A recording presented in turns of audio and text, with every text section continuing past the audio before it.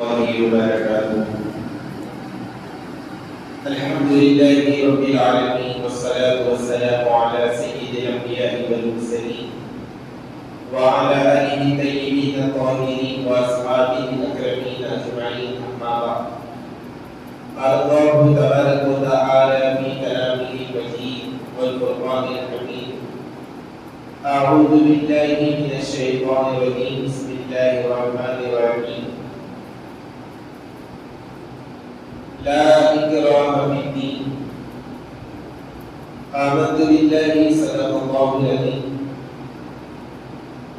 إن الله وملائكته يصلون على النبي يا أيها الذين آمنوا صلوا عليه وسلموا تسليما. اللهم صل على سيدنا محمد وعلى آله وصحبه أفضل صلواتك وعلى معلوماتك وسلم. عزیزان محترم، بزرگان ملت، برادران عزیز، پیارے ساتھیوں،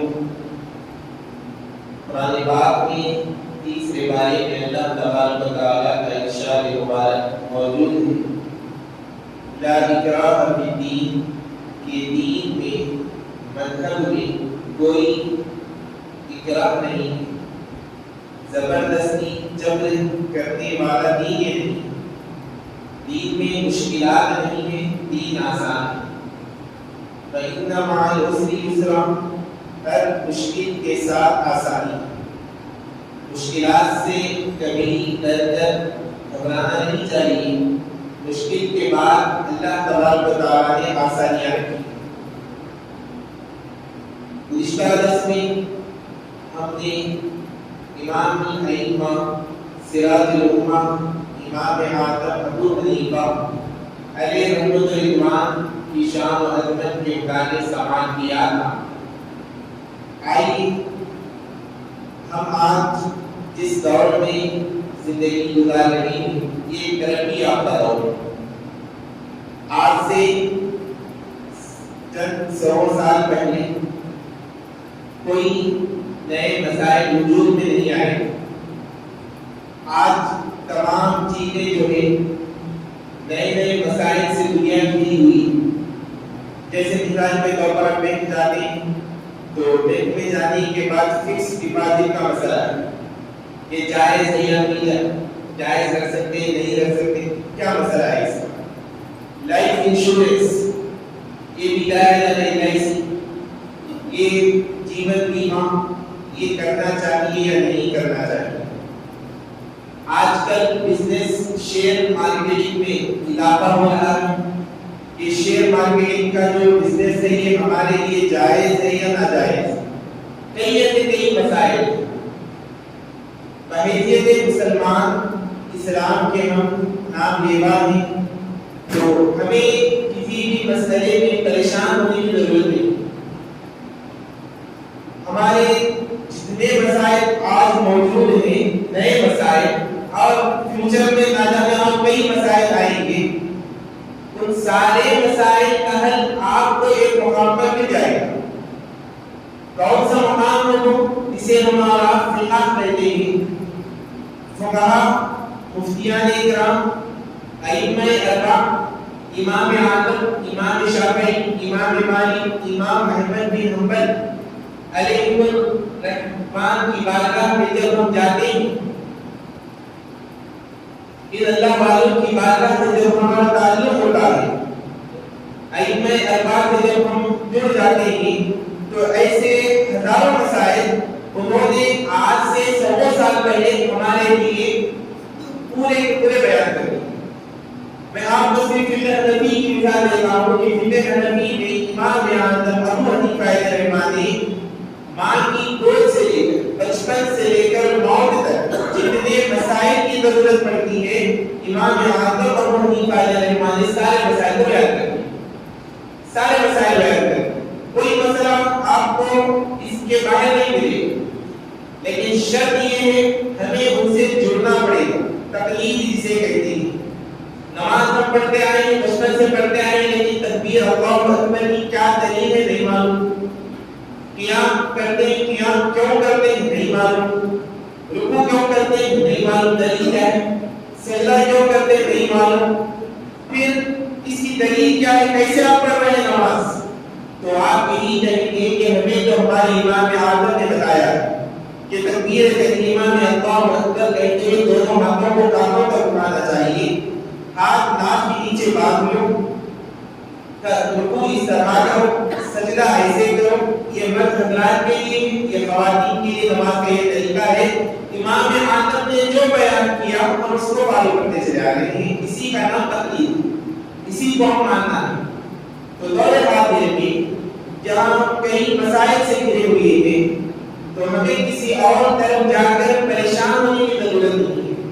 آپ دیکھ لیں آج سماجی تنظیمیں بے شمار ہیں، ہمارے مفتیان اکرام بھی ہیں، علماء ہیں، ائمہ ہیں، ہم کبھی اپنا پرسنل ذاتی مسئلہ کبھی ہم ان کے پاس نہیں لاتے۔ ایک دور وہ تھا جب ہمارے جو مسائل ایشو ہوتے، مسائل جو ہمارے آتے ہیں، ہم اپنے مسائل کو حل کرنے کے لیے ہم نہ کورٹ کے چکر کاٹتے، نہ وکلاء کے پاس جاتے، نہ لائر کی جھنجٹ میں ہم پھنستے، نہ لاکھوں ہزاروں روپے کسی کو رشوت دینا پڑتا، کچھ نہیں، بلکہ اپنے سارے مسائل کو لے کر آتے، مفتی صاحب کے سامنے رکھتے، عالم صاحب کے سامنے رکھتے، اور وہ کہتے کہ بھائی آپ کی مسئلے کا یہ جواب ہے۔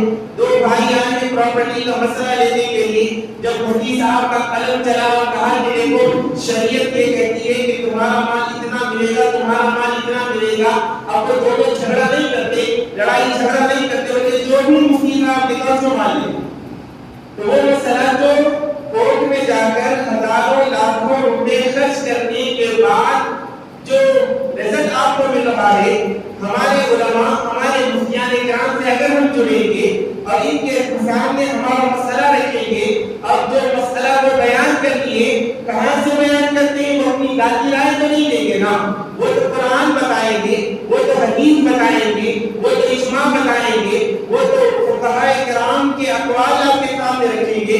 دیکھو آپ کا یہ مسئلہ ہے، اس کا جواب فلاں کتاب میں ایسے موجود ہے، آپ اس پہ عمل کریں، یہ آپ کا جواب ہے۔ جب انہوں نے یہ جواب کہہ دیا تو جو مسئلہ ہمارے پیسے ہزاروں روپے خرچ کرنے کے بعد کورٹ کے دفاتر، کورٹ کے چکر کاٹنے کے بعد جو مسئلہ آپ کے سامنے آئے گا، ہمارے علماء نے اس کو سیکڑوں حل کر دیا۔ آپ کو نہ کورٹ جانے کی ضرورت ہے، نہ کسی اور طرف جانے کی ضرورت ہے، بلکہ شرط یہ ہے کہ ہم ہمارے مسائل کو ہمارے علماء سے جوڑیں۔ آج وقت کا تقاضا ہے، جیسے مثال کے طور پر طلاق کا مسئلہ ہے، شریعت کا قانون کیا ہے؟ اگر کوئی کسی کو طلاق دیتا ہے، پہلے تو دینا نہیں چاہیے، یہ تمام حلال چیزوں میں سب سے زیادہ ناپسندیدہ چیز اللہ کے نزدیک جو ہے وہ طلاق ہے۔ طلاق نہیں دے رہا، لیکن جب نہیں بنتی تو شریعت نے ایک ساتھ 3 طلاقیں دینے کو نہیں دیا، بلکہ کہا کہ ایک ایک طلاق اسٹیپ بائی اسٹیپ دے رہا۔ یعنی پہلی طلاق کو طلاق دینے کے بعد جو عدت ہوئی، طلاق کی جو عدت ہے وہ 3 ماہ والی، وہ خاتون 3 ماہ والی تک رکے رہے۔ اب 3 ماہ والی تک رکے رہی، اس کا خرچہ کون اٹھائے گا؟ تو شریعت نے اس کے خرچے کا ذمہ دار شوہر کو بنایا۔ طلاق کی عدت پوری مکمل ہونے کے بعد بیوی نکاح سے خارج ہوتی ہے، جب تک نکاح سے خارج نہیں، جب تک عدت مکمل نہیں ہوئی، تو لہذا جب تک عدت میں رہے گی بیوی، اس کے کھانے کا خرچہ، رہنے کا خرچہ، سارا خرچہ شوہر دے گا، کم از 3 ماہ والی تک۔